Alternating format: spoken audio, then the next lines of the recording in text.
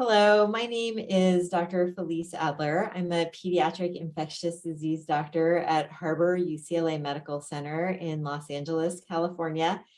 And I was invited to speak with you about COVID-19 and antimicrobial stewardship. Thank you so much for inviting me to be here. I'm really honored to be part of your conference, and I'm so sorry I cannot be there in person, but I hope that next year I'll be able to see all of you in person and live. So again, we're going to talk about COVID-19 and antimicrobial stewardship. So I'm going to start off by talking about the pandemic, and I put the S in parentheses, as you'll see in a minute, because there may be more than one pandemic. So the COVID-19 pandemic began in December 2019, as you know, when cases of infection due to SARS-CoV-2 were first recognized. Infection quickly spread around the globe, causing about 610 million cases and 6.5 million deaths as of September of 2022. Before this pandemic, the World Health Organization had named the increase in worldwide antimicrobial resistance the invisible pandemic. So that's where the S comes from in the title of the slide. There are two pandemics, the COVID-19 pandemic, and then the pandemic of antimicrobial resistance. This second pandemic could cause an additional 10 million deaths a year by 2050 if it's not stopped. And effective antimicrobial stewardship is crucial in preventing the further emergence of antimicrobial resistance. So bacterial co-infections only occur in about 7 to 14% of all patients with COVID-19. But antibiotics are prescribed for up to 75% of all hospitalized patients in some studies. And it's this excessive or unnecessary antibiotic use that can eventually lead to antimicrobial resistance, as well as other issues. Fortunately, as you've probably seen, children develop less severe COVID-19 disease than adults, but there still have been many children that have required emergency room visits and hospitalizations. And children are still at risk for serious complications like MIS-C and long COVID. This graph shows COVID-19 associated hospitalizations among children and adolescents between 6 months and 17 years of age between March of 2020 and September of 2022. And what you can see is that even though most of the time rates of hospitalizations in children aren't particularly high, when we have spiking disease, children can have a higher rate of hospitalization, up to 16 to 18 cases per 100,000 population. Often, children that end up in the hospital are the ones that are receiving empiric antibiotic therapy. One of the first antibiotics I want to talk to you about is azithromycin, because at the beginning of the pandemic, there were a lot of children and adults that were prescribed azithromycin. In the United States, early in the pandemic, antibiotic use varied in different healthcare settings, but azithromycin prescribing was higher than expected in all settings. This includes in children. There were many studies in between the beginning of the pandemic and when this meta-analysis was done, looking at whether or not azithromycin helped patients with COVID-19. So this Cochrane review from October 2021 reviewed some of those studies, and the objective was to assess the efficacy and safety of antibiotics compared to each other, compared to no treatment, compared to standard of care alone, compared to placebo or any other active interventions with proven efficacy for the treatment of COVID-19 outpatients and inpatients. They, in the end, found 11 good studies to look at, and those studies had over 11,000 participants, almost all of whom were adults, and all the studies investigated azithromycin in mild, moderate, and or severe COVID-19. Azithromycin, they found, had little or no effect on all-cause mortality. It had little or no effect on clinical worsening, on hospital admissions, or clinical improvement at day 28 compared to standard of care. There was also no effect on symptom resolution at day 14. So in the end, the Cochrane review noted, as did many studies before it, that azithromycin really had no use in treatment of COVID-19. Other investigators looked for other antibiotics and the rate of use in children. And this study from this year is out of Spain, where they looked at 640 children hospitalized with COVID-19 from March 2020 to March 2021. And again, this was just published this year.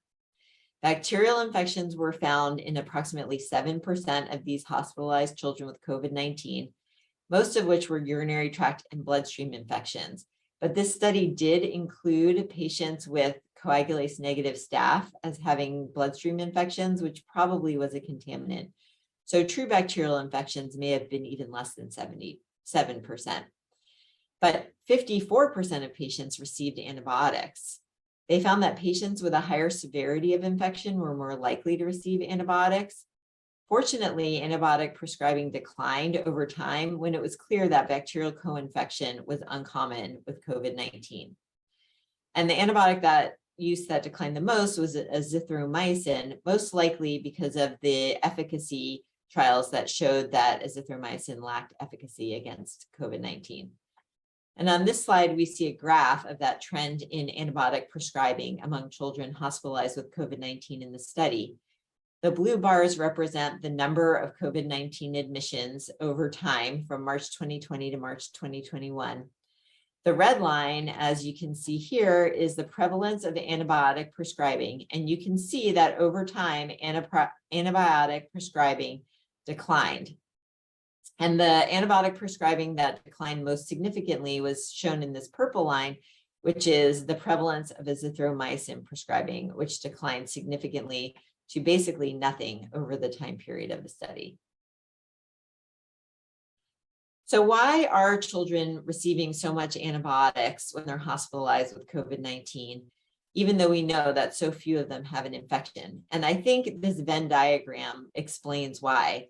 It's the overlap of physicians or clinicians having fear as well as diagnostic uncertainty. And when those two things overlap, we end up with antibiotic overuse. Diagnostic uncertainty is an example of that would be how we've been trying to avoid doing aerosol generating procedures to not spread COVID-19, or sometimes we need to conserve personal protective equipment. And so we may not be able to get the exact diagnostic specimens we need. In addition, there's diagnostic uncertainty around whether or not patients have a bacterial pneumonia or a viral pneumonia when they get admitted with COVID-19 disease. And it can be difficult to differentiate these two entities. And so we're left with some diagnostic uncertainty that may push doctors or clinicians to initiate antibiotic therapy. There's also fear on the part of clinicians, fear of maybe missing a serious infection, fear of a disease that's relatively new and that we don't know everything about it. And I would add a third item, which is lack of understanding the threat of antibiotic overprescribing. A lot of providers feel that antibiotics are a relatively benign treatment, a relatively safe treatment, and they are relatively safe. But there's still dangers with overprescribing antibiotics. And so clinicians who've never seen or had to treat a multi-drug resistant organism, or clinicians who haven't dealt with a serious case of C. difficile infection, may not understand the threats of antibiotic overprescribing, and that may lead to overprescribing as well. Why do we care about overprescribing antibiotics? Well, antibiotics are a shared resource. And one meaning of this is that antibiotics are the only medication that does not just affect the person taking the medicine, but affects everyone around that person. So for example, if you took a blood pressure medicine, it would only affect your blood pressure. But if you take an antibiotic, it affects the flora or germs in your gut and on your body. And it also affects the germs and flora on everyone around you who's interacting with you and sharing germs with you. Antibiotics can be misused in hospitals. Overuse of use of antibiotics can lead to medication-related adverse events. Antibiotics can also lead to Clostridioides difficile diarrhea. And overuse of antibiotics can lead to antibiotic resistance, which is extremely important to try to get a handle on. So for all of these reasons, antibiotic stewardship is a public health imperative everywhere in the world. Health prescribers and pharmacists can improve prescribing and contribute to antimicrobial stewardship by doing these three things. So the first is optimizing antibiotic selection. What we mean by that is that when you don't use a broad spectrum antibiotic like meropenem or ceftriaxone, when a narrow spectrum antibiotic such as ampicillin or amoxicillin will do. Reassess antibiotic treatment when the results of diagnostic testing are available. So again, if you're concerned a patient may have a bloodstream infection and yet their blood cultures are negative, that would be a time to reassess whether or not you need antibiotics and potentially stop the antibiotics. And then lastly, use the shortest effective duration of therapy. So again, we're going to shorter and shorter durations of therapy these days, and don't use 2 weeks of antibiotics to treat an uncomplicated community-acquired pneumonia when 7 days is likely to be effective. In addition, empiric antibiotics are not necessary at all unless there are signs of co-infection. What are some of the tools that we can use as antimicrobial stewards? So we have dedicated personnel and resources, pharmacists that can look at charts, make sure patients are on correct medicines, make sure they're starting and stopping when they should. We can recommend radiologic imaging to help differentiate bacterial and viral pneumonias. We can have guidelines and clinical pathways that providers can follow to help choose correct antibiotics and not stay on them for too long. We can recommend rapid diagnostics and lab testing, which can help differentiate bacterial from viral infections. And we can do prospective audits on antibiotics and then give the providers intervention and feedback on how to better perform antimicrobial stewardship themselves. And lastly, we can educate the other providers that we work with and other pharmacists that we work with on how to best perform our antimicrobial stewardship. There's no one right way to use all of these tools and no one definite solution. There are still going to be people that we're not sure if they need antibiotics and they get them, and there's but we want to make sure that the right people get the right antibiotics the right way. So we use these tools to try and alleviate some of the diagnostic uncertainty and fear so that we can reduce the overprescribing of antibiotics. First, we're going to talk about inpatient stewardship with regard to COVID-19 and discuss how being an antimicrobial steward will help in this situation. So when patients come in and are admitted for a COVID-19 infection, the first thing to look at is their own clinical appearance. Do they appear septic? Do they appear very ill? Or do they appear not so ill, maybe just with a viral respiratory infection? We can ask older children to provide a sputum gram staining culture. We can do nasal MRSA screening, which can help us know whether or not the patient is colonized with MRSA or methicillin-resistant Staph aureus, and this can help us choose our antibiotics. If the patient looks ill, we can check blood cultures as well as urinalysis, which we can send for culture if the urine's abnormal. We can do viral testing by multiplex molecular assays if available, or by single assays if not. And we can look at things like the white blood count to see if it's elevated. If the white blood count's elevated, but the patient's been on steroids, then the white blood count becomes less useful of a marker, as steroids can cause an elevated white blood count. Procalcitonin can be useful, although not as much when it's elevated, because COVID-19 infection can lead to an elevated procalcitonin. But when the procalcitonin is low, it has excellent negative predictive value, meaning if the patient has a negative procalcitonin, it's very unlikely that they have a bacterial infection. And lastly, we can look at chest imaging to help us determine what kind of infection the patient may have. So again, sometimes it can be difficult differentiating viral from bacterial pneumonia, and chest radiography can help. Bacterial pneumonia is treated with antibiotics, but viral pneumonia is not, and antibiotics will not help viral pneumonia. The most common findings in an ill hospitalized child with COVID-19 viral pneumonia includes bilateral or unilateral diffuse interstitial infiltrates, ground glass opacities, and perihilar bronchial wall thickening. And I have some examples of that on this slide. So you can see these are different children at all different ages, but what I want you to notice is like these bilateral fluffy infiltrates that are kind of all over the lung and not really focused in any one particular area. And that's pretty consistent on all of these children. As opposed to this is a child with a bacterial pneumonia, and you can see that he has very distinct lobar consolidation. If you see this, then bacterial co-infection is much more likely.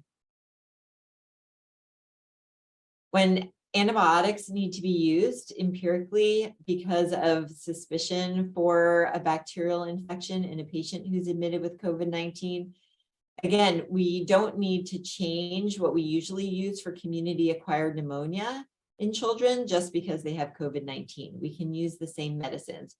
So for most children greater than or equal to 6 months of age, I will say that this is data for recommendations for the United States, because in the United States, we give pneumococcal conjugate vaccine at 2, 4, and 6 months of age.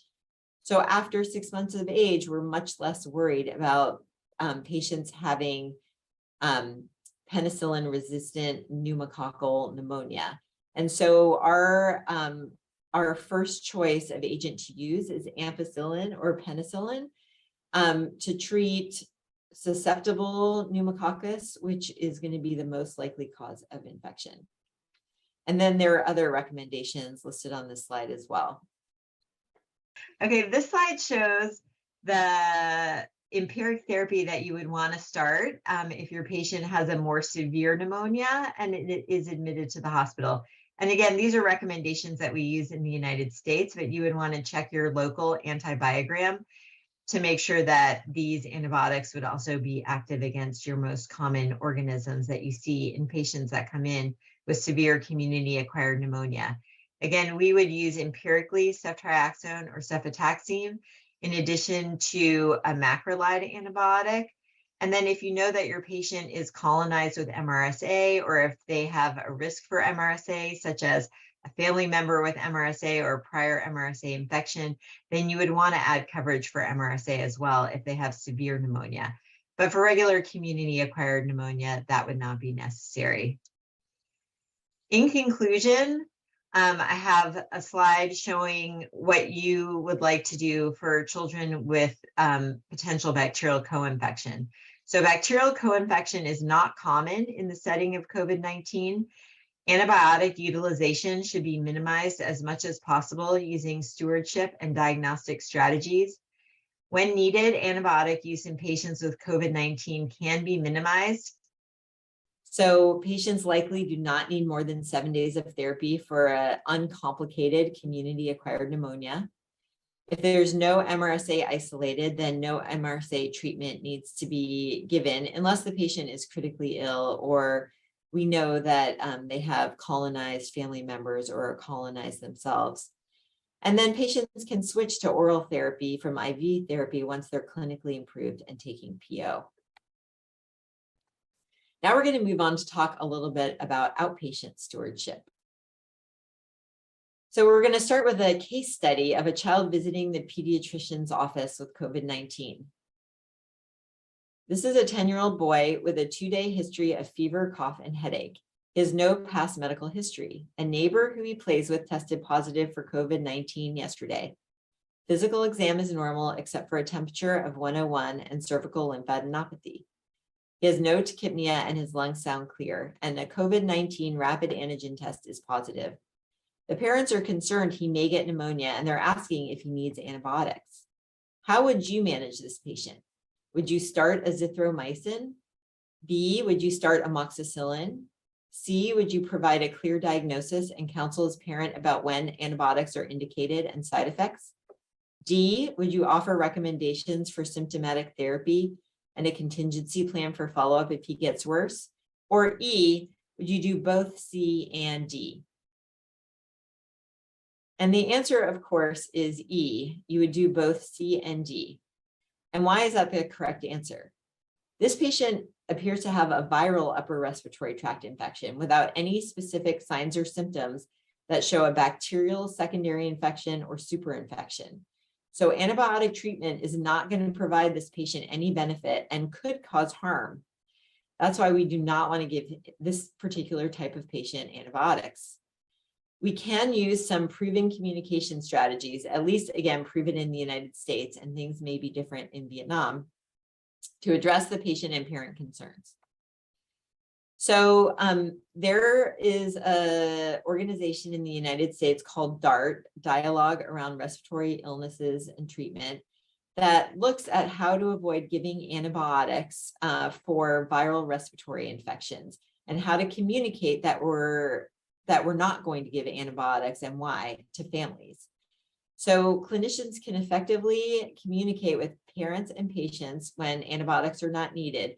One of the first things to do is review physical exam findings. So for example, the physician can say, I see that your child has a respiratory infection.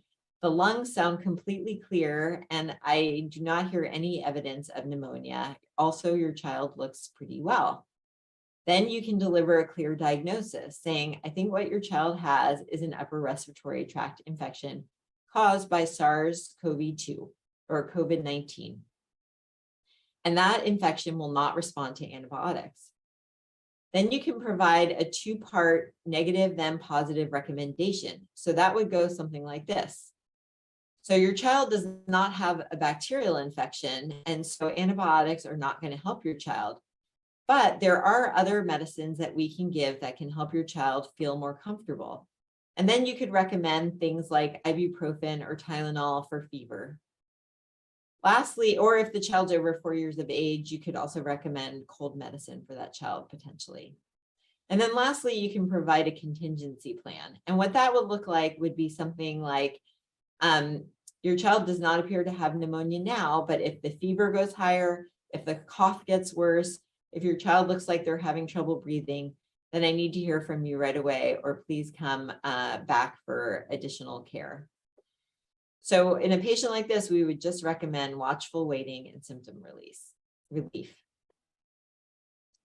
The CDC, which is the Centers for Disease Control and Prevention in the United States, actually made prescriptions that are like prescriptions in quotes. So it's prescribing things that families can do that are not antibiotics, because a lot of families want to get a medicine when they come to the doctor's office.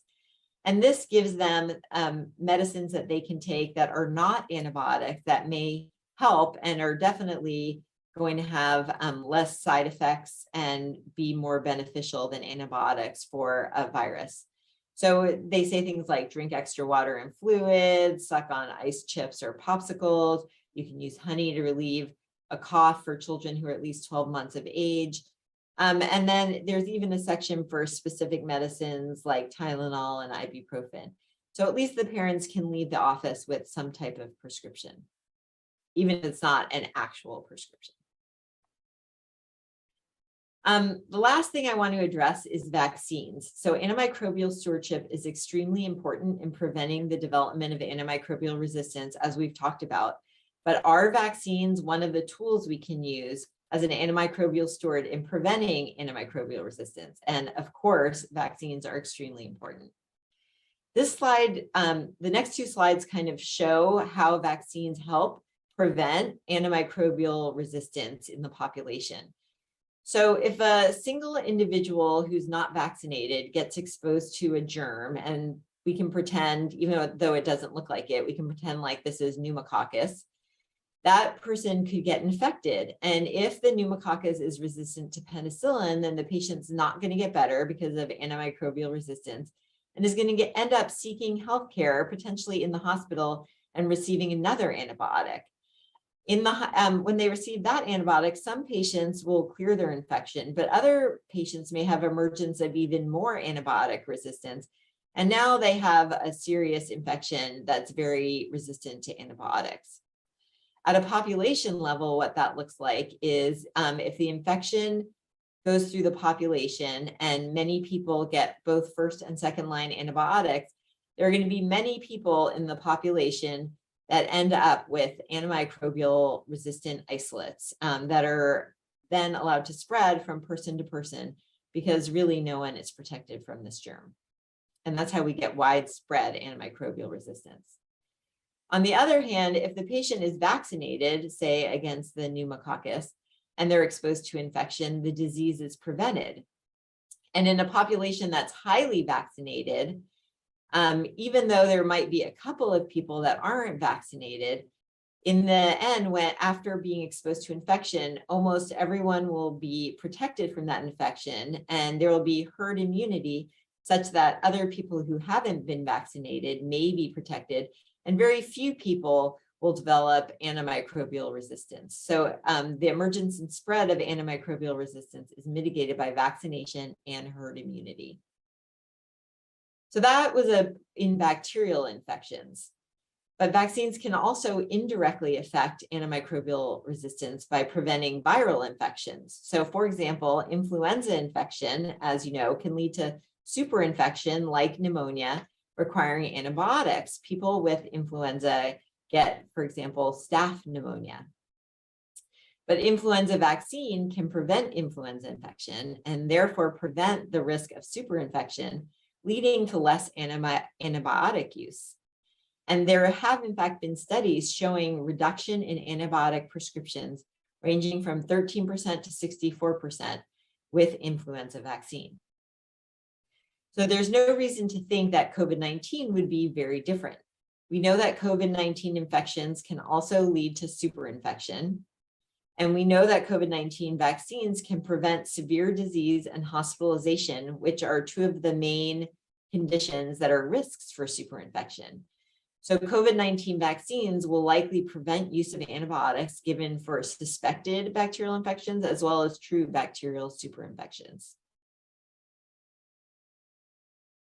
So to conclude and leave you with some parting thoughts and information to take with you, rates of bacterial co-infection with COVID-19 are relatively low, but antibiotic use is high. Judicious antibiotic use is critical to reduce the emergence of antibiotic resistance and decrease toxicity from unnecessary antibiotics. Existing antimicrobial stewardship program infrastructure for guideline development, prospective audit, and feedback can be utilized directly in pandemic relief efforts. And you can follow local guidelines, or there are international guidelines from the WHO as well. And I put the link here. We need to refine our antibiotic treatment, leveraging lab and clinical status, de-escalate antibiotic therapy if there's no evidence of a bacterial infection, educate patients that antibiotics are ineffective for viruses like COVID-19, adhere to infection prevention protocols, and finally, please make sure that all your patients are fully vaccinated, including COVID-19 vaccine, flu vaccine, pneumococcal vaccine, and all the recommended vaccines in Vietnam. Here are some additional references, and I want to thank you very much for inviting me to speak with you.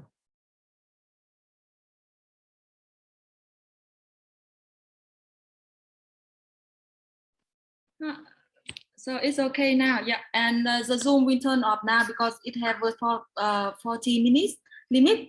And I will take the recorded video. We will download the recorded video, and it take about 10 minutes. And I will open the Zoom again after